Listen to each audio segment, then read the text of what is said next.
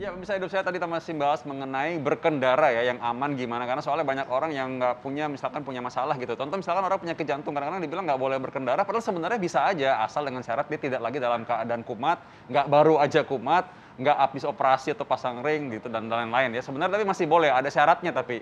Nah, tapi yang lain-lain tuh sebenarnya masih banyak yang orang nggak tahu kalau dia punya penyakit, tapi ternyata dia tetap aja maksa menyetir, itu yang nggak boleh. Nah, Iya, itu sekarang dia kita yang lanjut ya. berbahaya. Heeh. Iya, itu dia yang berbahaya. Nah, Iya. ternyata ada juga nih kondisi orang ini katanya dokter, yang fakta dan mitos yang beredar, orang dengan kondisi panic attack atau panic disorder katanya tidak boleh untuk berkendara. Ini fakta atau mitos? Ini fakta. Fakta. Iya, karena mental status itu merupakan salah satu persyaratan untuk kita memiliki SIM. Jadi kalau memang ada gangguan itu ya tidak diperkenankan. Karena misalnya dia dengar klakson aja, diklakson berkali-kali terus panik, terus nggak bisa ngapa-ngapain, otak dia nggak bekerja nih, jadi saya harus mau kemana. Nah, atensi dia akan terganggu. Ini yang akan membahayakan. Oke, tapi dok, untuk seseorang akhirnya tahu gini, dia itu punya panic attack, itu gejalanya tuh seperti apa sih dokter?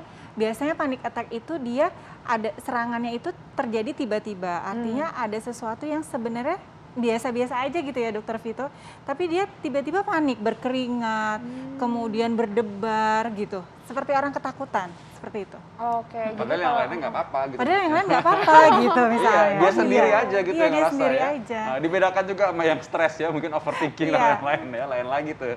Oke, Ya. ternyata masih banyak banget ya. Iya. Tapi ada penyakit lain lagi nggak dok, setelah yang udah kita sebutin tadi? Ada, salah satunya adalah demensia. Nah, Apa tuh, memori ini gangguan memori yang terjadi secara bertahap. Jadi makin lama makin buruk. Demensia bisa demensia Alzheimer, demensia Parkinson, demensia vaskuler. Karena tadi memori, kemudian atensi, visuospasial, itu kan bagian status mental tadi, bagian dari domain neurofisiologi yang akan berpengaruh terhadap atau ketika kita menyetir itu melibatkan itu tadi gitu.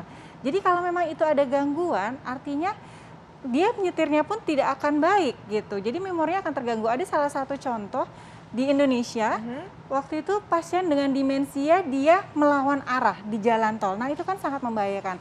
Ternyata setelah diselidiki dia ternyata pasien demensia. Seperti itu. Nah, tadi misalkan cantik pasien stroke tadi ya, pasien Iya. stroke juga hati-hati ya sebenarnya ya. Pasien stroke juga hati-hati. Itu tadi, keterlibatan lainnya adalah motorik, memori, motorik, ini berperan penuh terhadap kondisi saat kita menyetir. Gitu. Ya. Baik, ini sekarang tadi kan saya udah bilang bahwa kita mesti hati-hati dan mesti jujur dengan diri sendiri ya. Kadang-kadang Ya. aturan mungkin berbeda, kadang kita merasa lolos aja nih boleh ya. Mungkin karena beliau Kita yang nggak memberikan jujur. izin tidak tahu juga karena kita tidak jujur juga memberitahu. Iya. Nah, mungkin tips aja dokter, bagaimana kita mengenali penyakit-penyakit tadi dari awal sehingga bisa cepat memeriksakan diri. Oke. Yang pertama, kalau misalnya kita ada penyakit jantung, kemudian ada gangguan saraf, demensia, stroke, tumor otak, atau mungkin vertigo, kita segera periksakan ke dokter.